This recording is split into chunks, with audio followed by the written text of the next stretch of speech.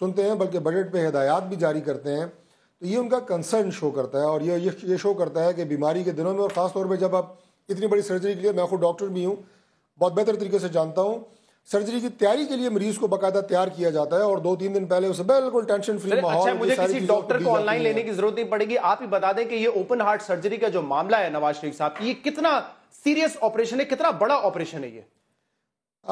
دیکھیں، یہ یقیناً ایک بہت بڑا آپریشن ہوتا ہے، اور میرا خیال ہے کہ جتنی بھی سرجریز یا جتنے بھی آپریشن نون ہیں یا مختلف بیماریوں میں یا مختلف صورتحال میں انسان کے جسم کے اوپر کیے جاتے ہیں، ان میں یہ چند جو بڑے سرجریز ہوتی ہیں ان کا شمار اس میں ہوتا ہے۔ ایک تنقید جس میں میں خود اس سے اتفاق نہیں کرتا، لیکن یہ سوشل میڈیا پہ ہو رہی ہے کہ نواز شریف صاحب جب نظر آتے ہیں ریسٹورنٹس میں تو پرہیز بھی نہیں کر رہے، پھر یہ آپ کہہ رہے ہیں کہ اتنا اہم اجلاس آج انہوں نے چیئر کیا ہے، تو کیا ڈاکٹرز یہ ایڈوائز نہیں کرتے کہ اس سے پہلے تھوڑا سا ریلیکس کریں اور اپنے آپ کو مصروف نہ رکھیں ان چیزوں میں؟ دیکھیں، یہ جو بات آپ نے کہی ہے، میں نے خود یہ بات کی ہے کہ اس طرح کی سرجری سے پہلے ہمیشہ آپ ڈاکٹرز کی طرف سے یہ انسٹرکشنز ہوتی ہیں کہ آپ اپنے آپ کو ریلیکس رکھیں، اور ریلیکس کرنے کا طریقہ یہی ہوتا ہے کہ آپ فیملی کے ساتھ ہوتے ہیں اور اپنا وقت آپ یعنی کوئی اس طرح کی مصروفیات، کوئی اس طرح کی ایکٹیویٹیز، کوئی اپنی جو آفیشیل ایکٹیویٹیز ہوتی ہیں اس سے آپ دور رہتے ہیں، اور ظاہر ہے کھانا پینا تو بند نہیں ہوتا، اور آپ ہمیشہ جو ہے ایک اچھی اور ہیلدی فوڈ ڈائٹ لیتے رہتے ہیں۔ اور یہ جو بات سوشل میڈیا پہ ایک تصویر کو لے کے ایک بہانہ بنایا گیا، ظاہر ہے ان لوگوں کو جنہوں نے تنقید کرنی ہے یا تنقید برائے تنقید کرنی ہے، انہیں تو ایک بات کرنی ہوتی ہے، لیکن آج کی میں سمجھتا ہوں کہ جس طریقے سے پرائم منسٹر نے صدارت کی اس اجلاس کی، یہ اپنی قوم کے لیے ان کے جو دل میں ایک درد ہے، جو ایک تکلیف ہے، اور جس طرح وہ سمجھتے ہیں کہ ان کی ذمہ داری ہے، اس کو انہوں نے، میں سمجھتا ہوں کہ سر انجام دیا۔ ہیلدی ہے، فٹ ٹو گورن ہے اس وقت، مطلب اپنے منصب پہ رہنے کے لیے فٹ ہے الحمدللہ۔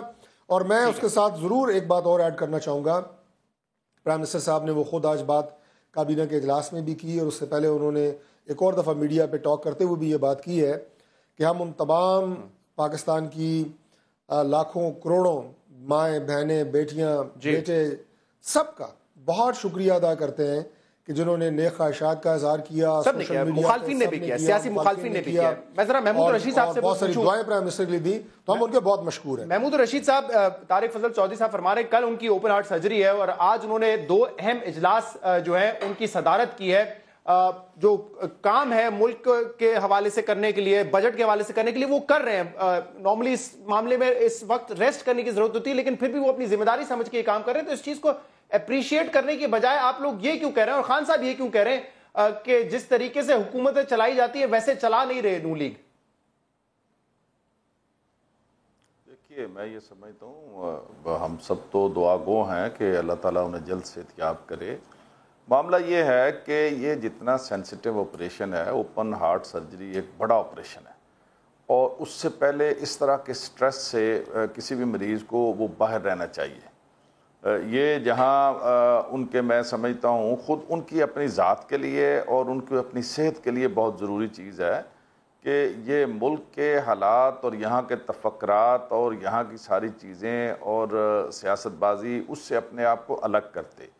دوسری بات میں یہ سمجھتا ہوں کہ معاملہ صرف یہ نہیں ہے، معاملہ یہ ہے کہ آئین کے اندر آیا اس طرح کی کوئی چیز موجود ہے، یہ ایک آئینی طریقہ اور آئینی راستہ ہے جو اختیار کیا جا رہا ہے۔ اللہ کرے وہ بہت جلد صحت یاب ہو جائے، لیکن خدا نہ خواستہ اگر ان کی بیماری کچھ طول پکڑتی ہے تو پھر یہ سوچنا ہوگا، میں یہ سمجھتا ہوں کہ ایک اتنا بڑا ملک جو ایک ایٹامک پاور بھی ہے، اور جس طرح کے حالات بنے ہوئے ہیں، امریکہ کی طرف سے ڈرون اٹیک ہو رہے ہیں، بڑے نازک اور جو معاملات ہیں وہ چل رہے ہیں، اور prime minister national command authority اس کے چیئرمین بھی ہیں، جو نیوکلیر وار ہیڈ کو استعمال کرنے کے لیے وہ پرائم منسٹر کے پاس ہی اختیار ہے، اور وہ نیشنل کمانڈ اتھارٹی کے چیئرمین ہیں۔ میں یہ سمجھتا ہوں ایسے موقع پہ کیا بہتر ہوتا کہ مسلم لیگ نون کے پاس ایک آئینی راستہ موجود تھا، آپ فوری طور پر ایک پارلیمنٹ کا اجلاس بلاتے، اس میں کوئی اس طرح کا راستہ اپنے آئینی ماہرین سے مشورہ کر کے اپوزیشن کو بھی اعتماد میں لیتے، آپ کوئی کیئر ٹیکر، آپ کوئی ایکٹنگ پرائم منسٹر، آپ کوئی ڈپٹی پرائم منسٹر، اس کی کوئی پروویژن، کوئی ایکٹ کانسٹیٹیوشن کے اندر ترمیم کر کے آپ لے آتے۔ اس میں اتنا تو مجھے بھی پتا ہے محمود رشید صاحب کہ آج جو کیا ہے وزیر اعظم صاحب نے اس پر آئین خاموش ہے، اور یہ غیر قانونی نہیں ہے، نہ تو ہمارے، اور دوسری چیز یہ کہ نہ تو ہمارے یہاں انٹرم اور ایکٹنگ پرائم منسٹر کی کوئی ایسی پوزیشن ہوتی ہے۔ ایک ہی طریقہ تھا، وزیر اعظم صاحب استعفیٰ دیتے اور کوئی اور ایم این اے ان کی جگہ جو ہے وہ پرائم منسٹر الیکٹ ہوتا ہے. یہی ایک طریقہ ہے. تو آپ اس چیز کے حق میں ہے کہ ذمہ داری کسی اور شخص کو دے دینی چاہیے تھی؟ میں اس سے ڈیفر کر رہا ہوں.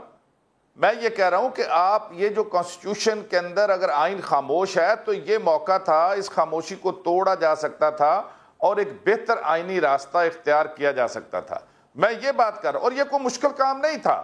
آپ 2 دن کے نوٹس پہ آپ کوئی بھی آئینی ترمیم اس میں لا کے اور اس چیز کو کانسٹیٹیوشنلی, اگر یہ کسی کورٹ آف لا میں یہ چیزیں چیلنج ہو جاتی ہیں, کل کو یہ جتنے فیصلے ہیں یہ چیلنج ہو جاتے ہیں, اور یہ ویڈیو لنک کے اوپر اس کانفرنس کو فزیکل پریزنس کورٹ کہہ دیتی ہے, دس از ناٹ فزیکل پریزنس, تو کیا اس کا جواز رہے گا؟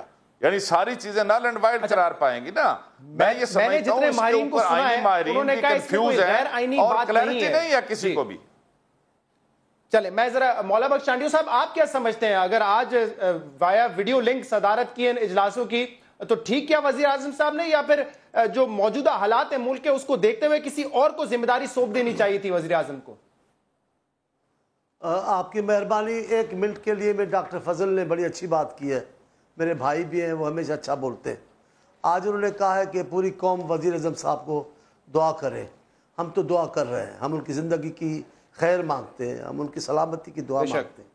ہم ان کی زندگی کے دشمن نہیں, ہم ان سے سیاسی اختلاف کرتے ہیں. لیکن اب انہوں نے, ڈاکٹر نے کہا ہے, تو میں ایک ڈاکٹر کو مشورہ دیتا ہوں کہ وہ میرا بھائی ہے ڈاکٹر, کہ وہ میاں صاحب کو کہہ دیں کہ عابد شیر علی کو روکے. وہ پورے ہزاروں لاکھوں لوگوں کی بد دعائیں لے رہے ہیں. یہ بد دعائیں عابد شیر علی کے لیے نہیں ہیں, یہ بد دعائیں مسلم لیگ نون کے لیے اور ان کے لیڈروں کے لیے ہیں. چھوٹے چھوٹے دیہاتوں میں جو قیامت بپا کی ہوئی ہے عابد شیر علی جی, وہ کسی بھی حال میں آپ کو دعائیں نہیں دیں گے, وہ بد دعائیں دے رہے ہیں. ٹرانسفارمر اٹھا کے ایسے گاؤں سے جا رہے ہیں جہاں کوئی ایئر کنڈیشن نہیں چلتا, ایک معمولی پنکھے اور بلب کے جو گاؤں ہیں ہمارے, قیامت بپا ہے. سندھ میں آ کر دیکھیں, گھنٹوں گھنٹوں کی لوڈ شیڈنگ ہے, لیکن اس کے بعد ٹرانسفارمر لے کے جانا, جو ظلم سندھ میں بپا کیا ہوا ہے. اور حیدرآباد کے ہیسکو میں انہوں نے جو وائسرائے بٹھایا ہوا ہے, جو ریٹائر افسر ہے, اس مظالم کو روکیں. اس آپ کی اس کڑی گھڑی میں آپ کو جن دعاؤں کی ضرورت ہے, برائے مہربانی عابد شیر علی کی کارروائیوں کو لگام دیں اور وائسرائے کو واپس بلوائیں, پنجاب میں اس کو کوئی سروس دیں. میں جواب لے لیتا ہوں جی. اب آپ کا نہیں جی, ابھی آپ کا سوال دیکھیں, قانونی ہے یا غیر قانونی ہے, لیکن یہ ایک نئی روایت ہے. اس کا مطلب یہ ہوگا کہ کوئی بھی لیڈر, اس روایت کے بعد کوئی لیڈر منتخب ہو کر انتخاب جیت کے جا کر مالدیپ میں بیٹھ جائے, جا کر سری لنکا پہ ویڈیو لنک پہ حکومت چلائے گا. ایسی تو یہ روایت یہ ڈال سکتے ہیں, ضرور کوئی آئینی کوئی راستہ ہوگا. اور دوسری بات, یہ اعتراض کائے پہ ہے؟ اسحاق ڈار صاحب پر ہے. اسحاق ڈار صاحب سینیٹر ہے. کیوں بھلا آپ کو سوائے خاندان کے کسی پہ اعتبار کیوں نہیں آتا؟ بھلے بھلے لوگ نون لیگ میں بیٹھے ہیں, بڑے پیارے پیارے قابل احترام لوگ بیٹھے جن پہ اعتماد کیا جا سکتا ہے. آپ پنجاب بھی چلاؤ گے شہنشاہ اور ولی عہد پر, اور وفاق بھی چلاؤ گے صرف رشتہ داروں پر. یہ روایت اچھی تو نہیں ہے. برائیاں آئینی غیر قانونی تو بات کی بات ہے, آئینی بحران ہے یا نہیں, سیاسی بحران بہت بڑا ہے پاکستان میں. اس سیاسی بحران کا آپ سمجھتے ہیں مولانا بخش چانڈیو صاحب کہ اس وقت ذمہ داری کسی اور کو سونپ دینی چاہیے تھی؟ ویسے آپ اس کے حق میں ہیں؟ دیکھیں کیا اس میں قباحت کیا ہے, اور اگر کسی اور منسٹر کو لے جاتے جو انتہائی طاقتور منسٹر بھی کہلاتے ہیں, لیکن اس کام کے لیے اپنے رشتہ دار کو کیوں ڈھونڈا گیا ہے؟ کیا ضرورت کیا ہے؟ کیوں دروازے تنقید کے کھولے جا رہے ہیں؟ آپ مجھے سمجھائیں. اگر ضرورت نہیں, میں اس کا جواب لے لیتا ہوں. ایسے طریقے ہیں. چلیں جی, بسم اللہ. ٹھیک ہے, میں 2-3 چیزیں جو مولانا بخش چانڈیو صاحب آپ نے اور محمود رشید صاحب نے کی. ایک تو وہ کہہ رہے ہیں کہ غلط روایت ڈالی جا رہی ہے. وہ کہہ رہے ہیں کل کو کوئی بھی الیکٹ ہوگا پرائم منسٹر, وہ مالدیپ جا کے بیٹھ جائے گا, حکومت چلائے گا اور ویڈیو لنک پہ بیٹھے ہوئے. اور دوسرا, اگر ذمہ داری دی بھی ہے کسی کو تو اپنے رشتہ داری کو دیے, اسحاق ڈار صاحب کو دیے, کوئی اور منسٹر ایم این اے کو کیوں نہیں دی؟ دیکھیے چانڈیو صاحب بہت قابل احترام ہیں, انہوں نے بڑی اچھی باتیں کی ہیں. میں جو انہوں نے عابد شیر علی صاحب کے حوالے سے بات کی ہے, میں خود ان سے بات کروں گا ان پرسن. اور اگر کسی جگہ پہ سندھ میں یا کسی ایسی جگہ اس طرح کی کوئی زیادتی کسی کے ساتھ ہو رہی ہے کہ ان کے ٹرانسفارمرز کسی وجہ سے اتارے جا رہے ہیں یا اتارے گئے ہیں, تو ہم اس کا انشاءاللہ تعالیٰ بالکل نوٹس کہہ رہے ہیں. وزیر اعظم کو دعاؤں کی ضرورت ہے, عابد شیر علی جو ہے وہ بدوائیں لے رہے ہیں اس قوم کی. میں نے عرض کیا ڈاکٹر صاحب ایک قیامت بپا کی ہوئی ہے عابد شیر علی نے. سر میں نے آپ کی ساری بات سنی ہے چانڈیو صاحب, اور میں اس کو سیاسی جواب نہیں دیا بلکہ میں نے اس کو جواب یہ دیا ہے کہ ہم اس پہ ایکشن لیں گے. نہیں آپ بھائی ہیں, آپ ہمارے, آپ کے لیے عزت ہے, آپ کے لیے عزت ہے, آپ ہمارے بھائی ہیں. میں جی بہت شکریہ چانڈیو صاحب, اور میں ان پرسن چانڈیو صاحب کو خود بتاؤں گا کہ اس پہ کیا اپڈیٹ ہے. پہلی بات تو یہ ٹھیک ہے, روایت غلط روایت, دوسری بات جو غلط روایت کی بات کی ہے, دیکھیں چانڈیو صاحب نے یہ کہا جی کہ مالدیو جا کے کوئی بیٹھ جائے. خدا نخواستہ پرائم منسٹر کو وہاں ریلیکس کرنے, کوئی چل کرنے یا تفریح کے لیے تو نہیں گئے نا. میں نے پہلے یہ بات کی کہ غیر معمولی حالات میں وہ غیر معمولی اقدامات کیے جاتے ہیں. اگر آئین نے براہ راست یہ نہیں پروویژن کی کہ آپ کسی کو اپنی جگہ ایکٹنگ پرائم منسٹر نامزد کر سکتے ہیں, تو اس کے بعد ایک طریقہ تھا جو پرائم منسٹر نے اختیار کیا. اور جیسا کہ آپ نے خود کہا کہ آپ نے جتنے قانونی اور آئینی ماہرین سے بات کی, کسی نے بھی یہ بات نہیں کہا کہ یہ کوئی غیر آئینی طریقہ ہے. جی تو ہم یہ کوئی روایت نہیں ڈالنے جا رہے, بلکہ غیر معمولی حالات سے خود پرائم منسٹر گزر رہے ہیں اور ان حالات میں بھی وہ اس ملک اور اس قوم کے لیے کام کر رہے ہیں. دوسری بات جو آپ نے کی چانڈیو صاحب نے, اسحاق ڈار صاحب کی, دیکھیں گزارش یہ ہے کہ یقیناً ان کی رشتہ داری ہے پرائم منسٹر سے, لیکن دو باتیں بہت امپورٹنٹ ہیں. پہلی بات تو یہ کہ اسحاق ڈار صاحب اس وقت بھی ممبر پارلیمنٹ تھے اور اس ملک میں بحیثیت کابینہ کے وزیر کے کام کر رہے تھے جب ان کی پرائم منسٹر سے کوئی رشتہ داری نہیں تھی. اس کا مطلب یہ ہے کہ ان کی وزارت یا ان کا ممبر پارلیمنٹ ہونا یہ پرائم منسٹر سے رشتہ داری سے مشروط نہیں ہے. ان کا اپنا ایک پولیٹیکل کیریئر ہے, ان کا اپنا وہ ٹیکنوکریٹ ہیں, اور وہ اس سے پہلے بھی ان معاملات میں اس ملک کی خدمت کرتے رہے ہیں. دوسری بات یہ ہے کہ یہ معاملہ یہ نہیں ہوتا, اگر آپ یہ چاہتے ہیں, میں اگر یہ چاہتا ہوں کہ میں اگر اپنی وزارت سے چند دنوں کے لیے چھٹی پہ ہوں یا میں کام نہیں کر رہا, تو میری کوشش ہوگی کہ وہ شخص میری جگہ پہ اس ذمہ داری کو نبھائے جو میرے مائنڈ کو جانتا ہے, جو میری فیصلہ سازی کی قوت کو جانتا ہے, جو میری پالیسیز کو جانتا ہے, اسحاق ڈار صاحب میں نظر آتی ہے ان کو. اچھا وہ ذرا قریبی ترین آدمی ہے, وہ آپ ٹھیک کہہ رہے ہیں, وزیر اعظم صاحب چل کر رہے نہیں گئے ہوئے, وہ کوئی ریلیکس کر رہے نہیں گئے, وہ ان کی طبیعت کا مسئلہ ہے. تو اسی لیے تو محمود رشید صاحب کہہ رہے ہیں کہ بڑا سینسیٹیو معاملہ ہے, ملک کے حالات بھی سینسیٹیو ہیں, ان کی طبیعت بھی سینسیٹیو ہے, لہٰذا کوئی آلٹرنیٹ دے دیتے تو بہتر ہوتا. دیکھیں اگر ملک میں صدر نہیں ہوتے تو آئین میں ہے ان کے لیے قائم سینٹ چیئرمین بن جاتے ہیں, اگر وہ نہیں ہوتے تو اسپیکر بن جاتے ہیں. لیکن چونکہ جیسے میں نے گزارش کی کہ یہ صرف پرائم منسٹر میاں محمد نواز شریف صاحب کے ساتھ نہیں ہے, اس سے پہلے بھی جتنے پرائم منسٹر رہے ہیں جب وہ بیرونی دوروں پہ بھی رہے ہیں, تو کون سے ایکٹنگ اس وقت پرائم منسٹر کسی وقت پہ بھی پاکستان میں رہے ہیں, کبھی بھی کوئی ایکٹنگ پرائم منسٹر مقرر نہیں کیا گیا. سارے وزرائے اعظم دورے بھی کرتے رہے, وہاں سے احکامات بھی دیتے رہے, اور یہ نظام الحمدللہ چلتا رہا. اس پہ بات بھی کر لیتے ہیں, چلیں ٹھیک ہے, ایک بریک لیں گے, بعد اس چیز کا جواب بھی لے لیں گے, اور اس کے علاوہ جو آج جلسہ کیا ہے کشمیر میں جس کی کلپس ہم نے آپ کو دکھائے اس پر بھی بات ہوگی ایک بریک بعد.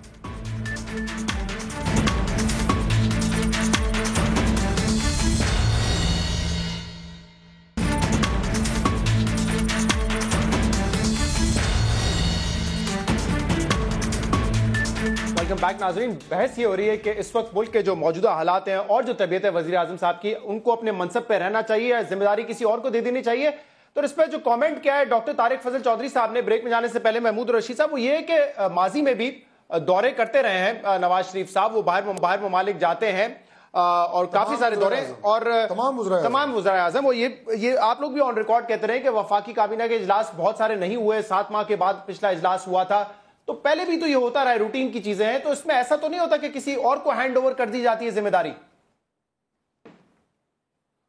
دیکھیے یہ دوروں کے حوالے سے تو ہم بات نہیں کر رہے, یہ ایک مخصوص صورتحال ہے, اور میں یہ سمجھتا ہوں ہم یہ نہیں کہہ رہے کہ زبردستی جو ہے نا آپ یہ کرتے, ہم یہ کہہ رہے ہیں کہ کانسٹیٹیوشنلی آئینی طور پہ اگر یہ آئین خاموش ہے اس اہم موقع کے اوپر, ایک ایسا ملک جو ایٹامک پاور ہے, ایک ایسا ملک جو انتہائی حساس اور نازک حالات سے گزر رہا ہے, ایک ایسا ملک جس پہ چند دن پہلے امریکہ کی طرف سے ایک ڈرون اٹیک کیا گیا ہے, یہ اور اس طرح کے اتنے سینسیٹیو حالات ہیں, اس میں اگر پہلے آپ کوئی آئین کے اندر پروویژن نہیں ہے, میں صرف یہ کہہ رہا ہوں کہ کام وہی آپ کرتے, لیکن کانسٹیٹیوشن کے اندر اگر آپ ایک چھوٹی سے امینڈمنٹ لے آتے, فوری طور پہ آپ کے پاس عددی اکثریت موجود ہے, تو یہ بہت سے سوالات جو ہے نا یہ نہ اٹھتے.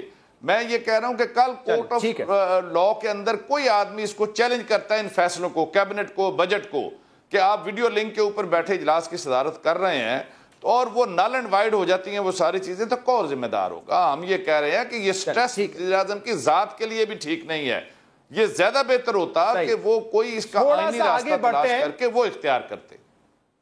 اور آج جو کشمیر میں جلسہ تھا اس پہ بات کرتے ہیں مولا بخش چانڈی صاحب، لیکن جلسے پہ سوال کروں گا اس سے پہلے یہ جو سٹیٹمنٹ آیا ہے کل سابق صدر پاکستان آصف علی زرداری صاحب کا، پارٹی کے کو چیئرمین بھی ہے، انہوں نے ڈینائی کر دیا ہے کسی قسم کی ملاقات نہیں ہوئی مولانا فضل الرحمان صاحب سے، اور یہ جو کیا سرائیاں ہو رہی ہے کہ مکمکہ ہو گیا ہے، ایسی کوئی بات نہیں ہے، منطقی انجام تک پہنچائیں گے۔ سوال میرا بڑا سادہ سا ہے، یہ اتنا وقت کیوں لگا؟ مطلب 5-6 دن پرانی یہ ملاقاتیں میڈیا پہ بحث ہو رہی ہے، 6 دن بعد تردید کیوں آئی ہے آصف علی زرداری صاحب کی طرف سے؟ پہلی بات تو ڈاکٹر صاحب نے بڑی اچھی بات کی ہے، اس کے بعد ہمارے سارے سوالات بیکار ہو جاتے ہیں کہ یہ آئینی تقاضا ہے، یہ قانونی تقاضا ہے، تو یہ سمجھ سے بالا تر ہے۔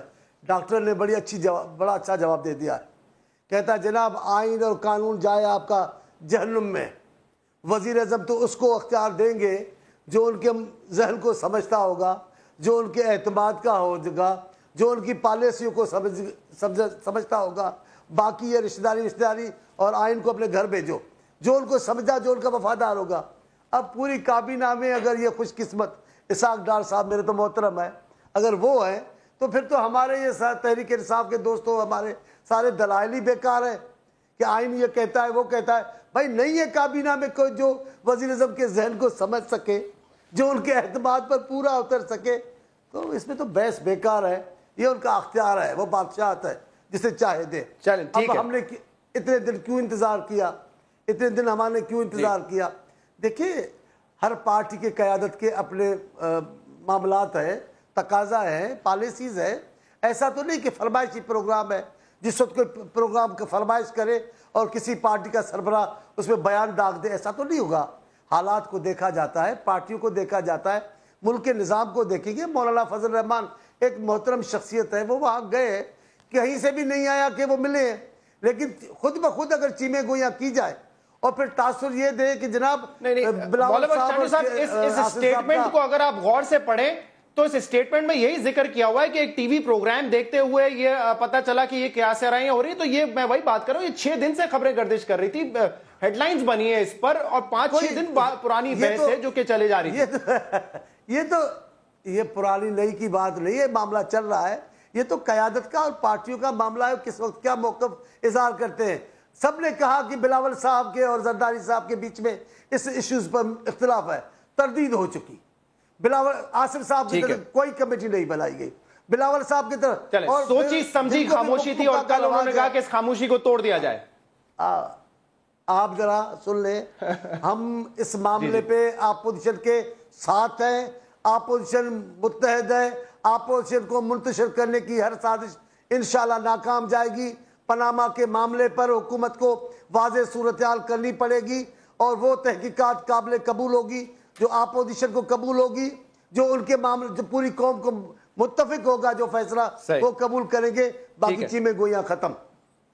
اچھا، آج جو چانڈی صاحب جب بلاول بھٹو زرداری صاحب بات کر رہے تھے تو انہوں نے کہا احتساب سے جمہوریت کو خطرہ نہیں ہے، احتساب سے اگر خطرہ ہے تو تخت رائیونڈ کو ہے۔ ایک تو یہ بات بتا دیں، اب کلیئر ہیں آپ لوگ کہ پاناما سے جمہوریت کو کوئی خطرہ نہیں ہے، اور دوسرا جس وقت یہ بات ہو رہی تھی اس وقت آج سندھ میں نیب کے چیئرمین موجود تھے، انہوں نے اجلاس وہاں پہ چیئر کیا، اور اس اجلاس میں یہ فیصلہ کیا گیا ہے کہ سندھ میں جو کرپشن کے کیسز ہیں اس کی تحقیقات کا دائرہ وسیع کیا جائے گا، اور سر فہرست جو ہے وہ شرجیل میمن صاحب کا نام ہے، جن کے اوپر 4 کروڑ روپے 4 ارب کے غالباً 4 ارب کے خرد برد کا جو ہے الزام ہے۔ اس وقت ہمارا ان معاملات سے کوئی نہیں ہے، نیب پہلے بھی کاروائیاں کرتا رہا ہے، نیب کی کئی کاروائیوں پر سندھ حکومت نے احتجاج بھی کیا ہے، اور جب معاملہ ہمارا نہیں سنا گیا، نیب نے چہرہ کیا پنجاب کی طرف، جو وزیر اعظم صاحب جیسی شخصیت نے اور شہباز شریف نے، پرویز رشید صاحب نے جو نیب کے لیے موقف اختیار کیا،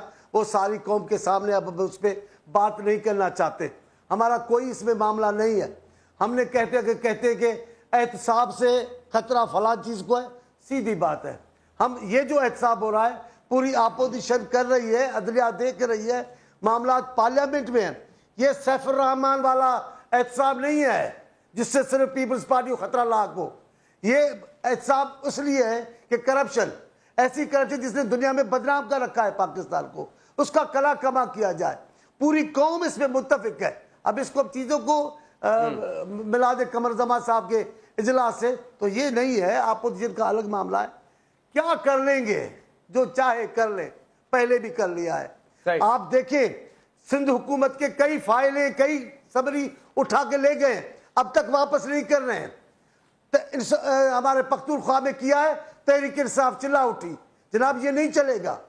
سندھ کو لاوارث سمجھا جاتا ہے, ان کے فائلیں اٹھا کے لے گئے. جواب دے دیں اس چیز کا, پھر میں فضل چودھری صاحب سے جواب دوں گا کہ کیا یہ ایما پر ہو رہا ہے, کیا وفاقی حکومت کی ایما پر ہو رہا ہے نیب, یا نیب انڈیپینڈنٹلی کام کر رہی ہے اس وقت, اگر سندھ کے حوالے سے بھی بات کر لیں تو؟